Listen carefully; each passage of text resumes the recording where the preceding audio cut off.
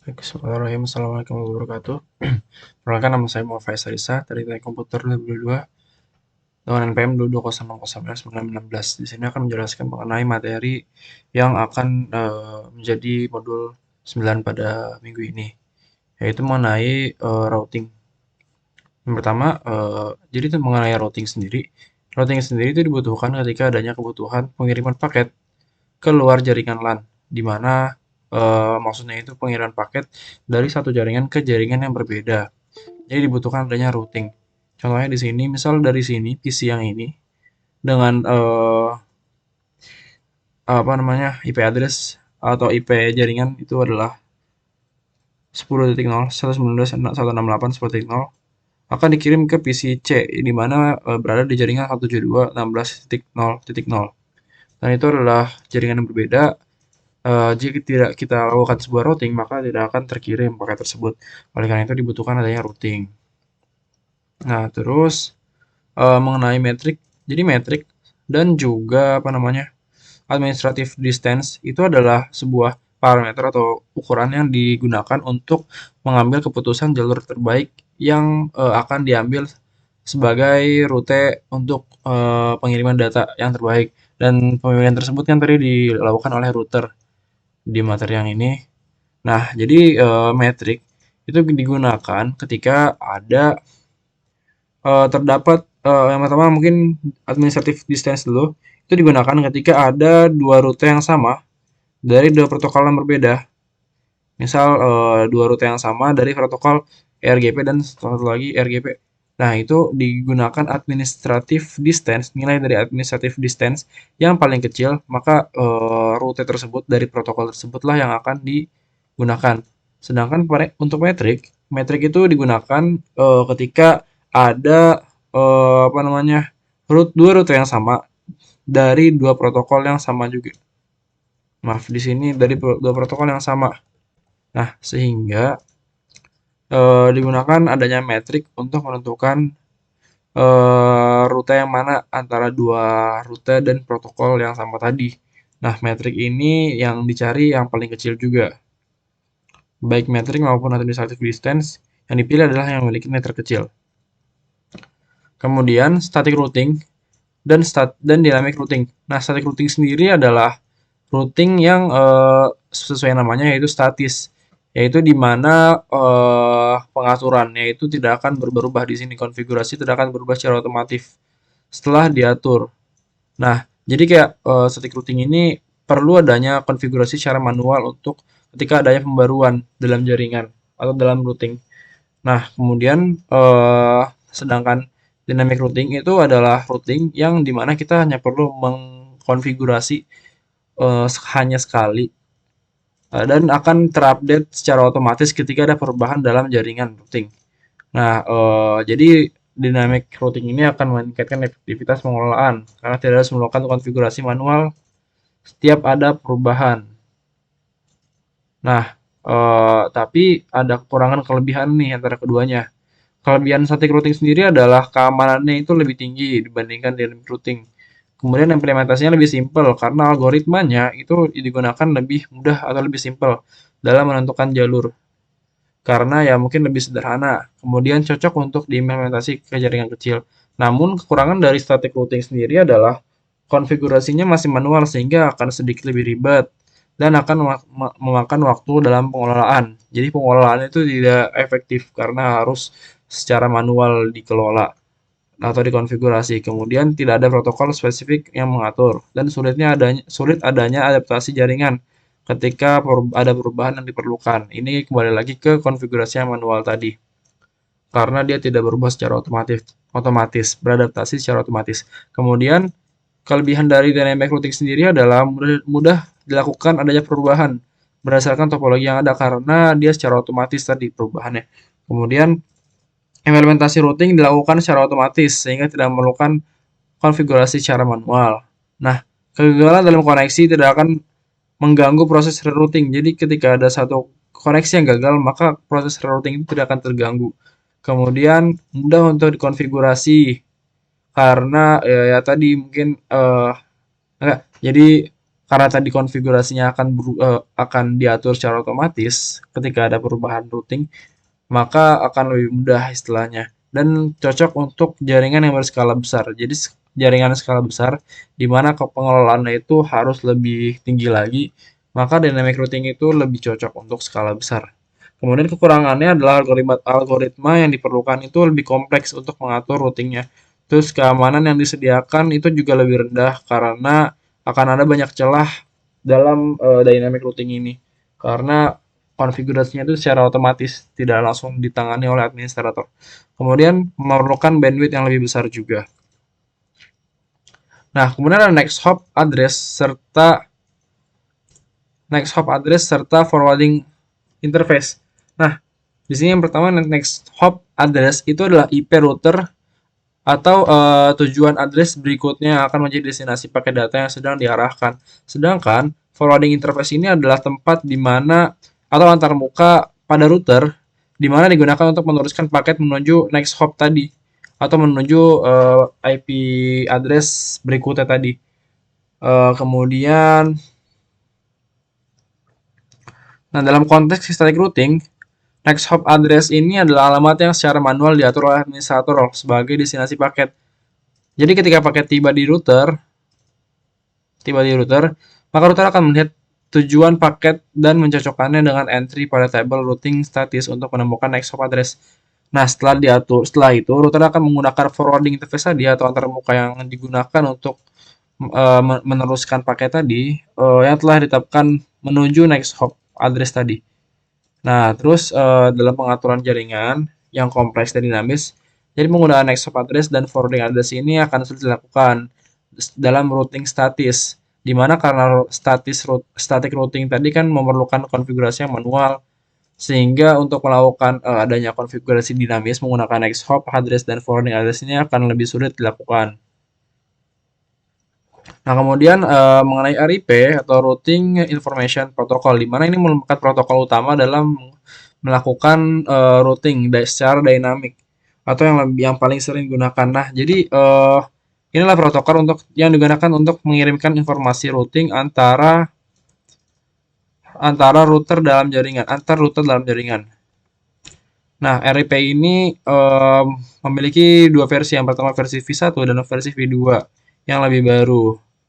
Nah, kemudian RIP ini menggunakan beberapa jenis timer untuk melakukan pembaruan routing. Yang pertama adalah update timer, di mana timer ini menentukan interval waktu di antara pengiriman pembaruan routing ke router lain dalam jaringan. Jadi pada saat timer ini habis, maka router mengirimkan paket pembaruan ke tetangganya atau ke router sebelahnya. Kemudian invalid timer ini merupakan timer yang mengatur waktu yang diperlukan sebelum sebuah rute dianggap tidak valid. Jadi namanya invalid timer, di mana untuk menentukan kapan sebuah rute itu sudah tidak valid lagi. Nah, jika dalam periode waktu ini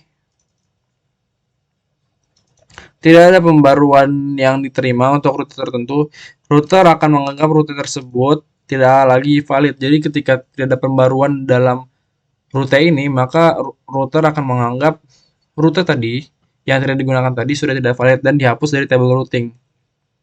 Ini juga membantu untuk menghindari penggunaan rute yang kadaluarsa dan tidak valid.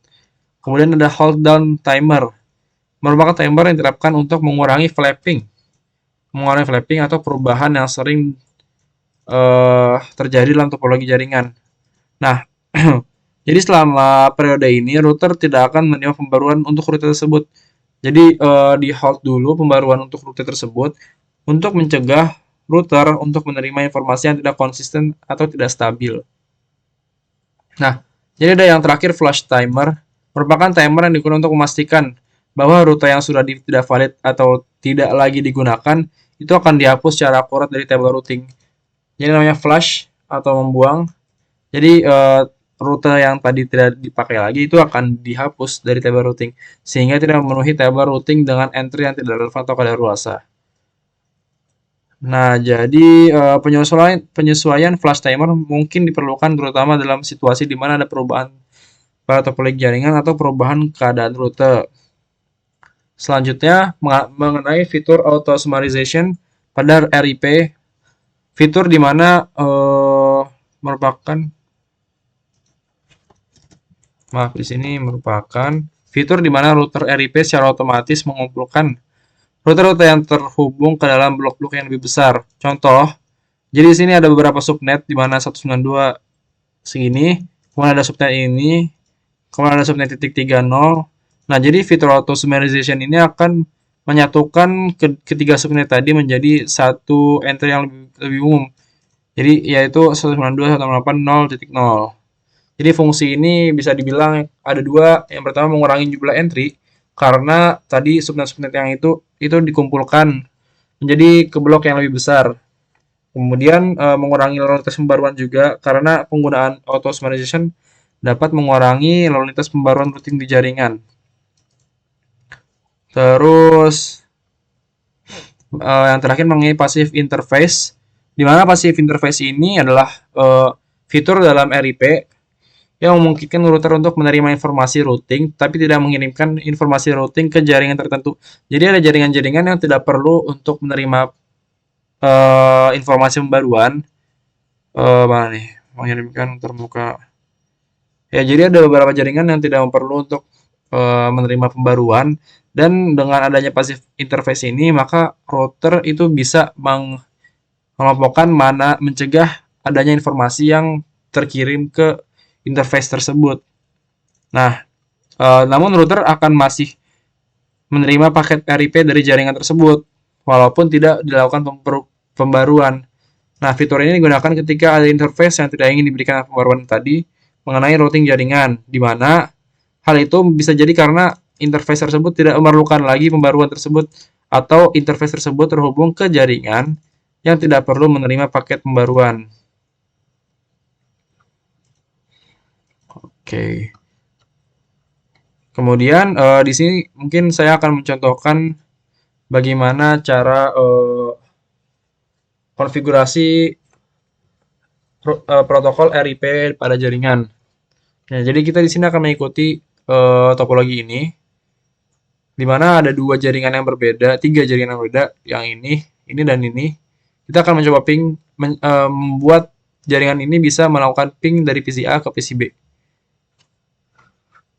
Oke, mari kita coba. Di sini kita butuh adanya sebuah router.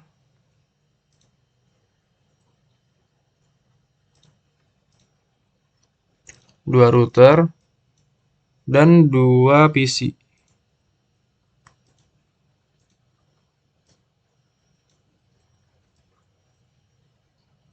Kemudian antara router kita sambungkan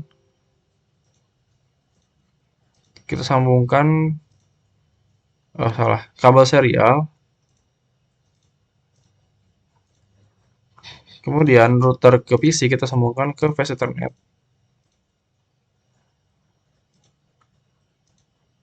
Flash Ethernet. Oke, baik. Nah, di sini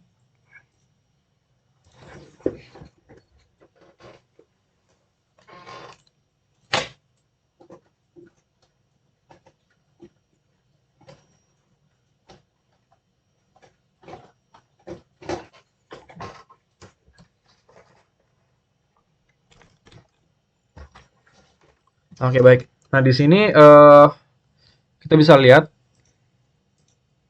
kita akan masukkan IP ini ke PC dan IP ini ke interface dari router. Dan mari kita masukin dulu. Nah, kita akan langsung config ke desktop IP. Ini tadi 192.168.10.1, di mana subnet masknya tadi itu /24, dan default gateway-nya itu tadi default gateway kita atur menjadi ini jaringannya. Bukan, default gateway-nya jaringan dengan titik 1. Berarti 192.168.10.1. Kemudian merupakan default gateway atau IP untuk interface router ke PC. Nah, di sini juga kita atur di PC 2 desktop ini tadi 172.16.10.1 sama animasinya tadi /16 dan di sini default gateway-nya 172.16.10.1. Sebentar. 10.1 FA00. Oh, maaf.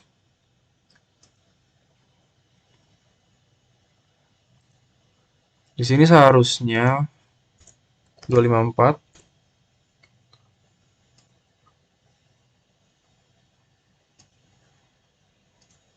Yang ini juga menjadi 254. Nah, kemudian di router itu kita ke langsung fast Ethernet 0 di mana terhubung ke PC langsung.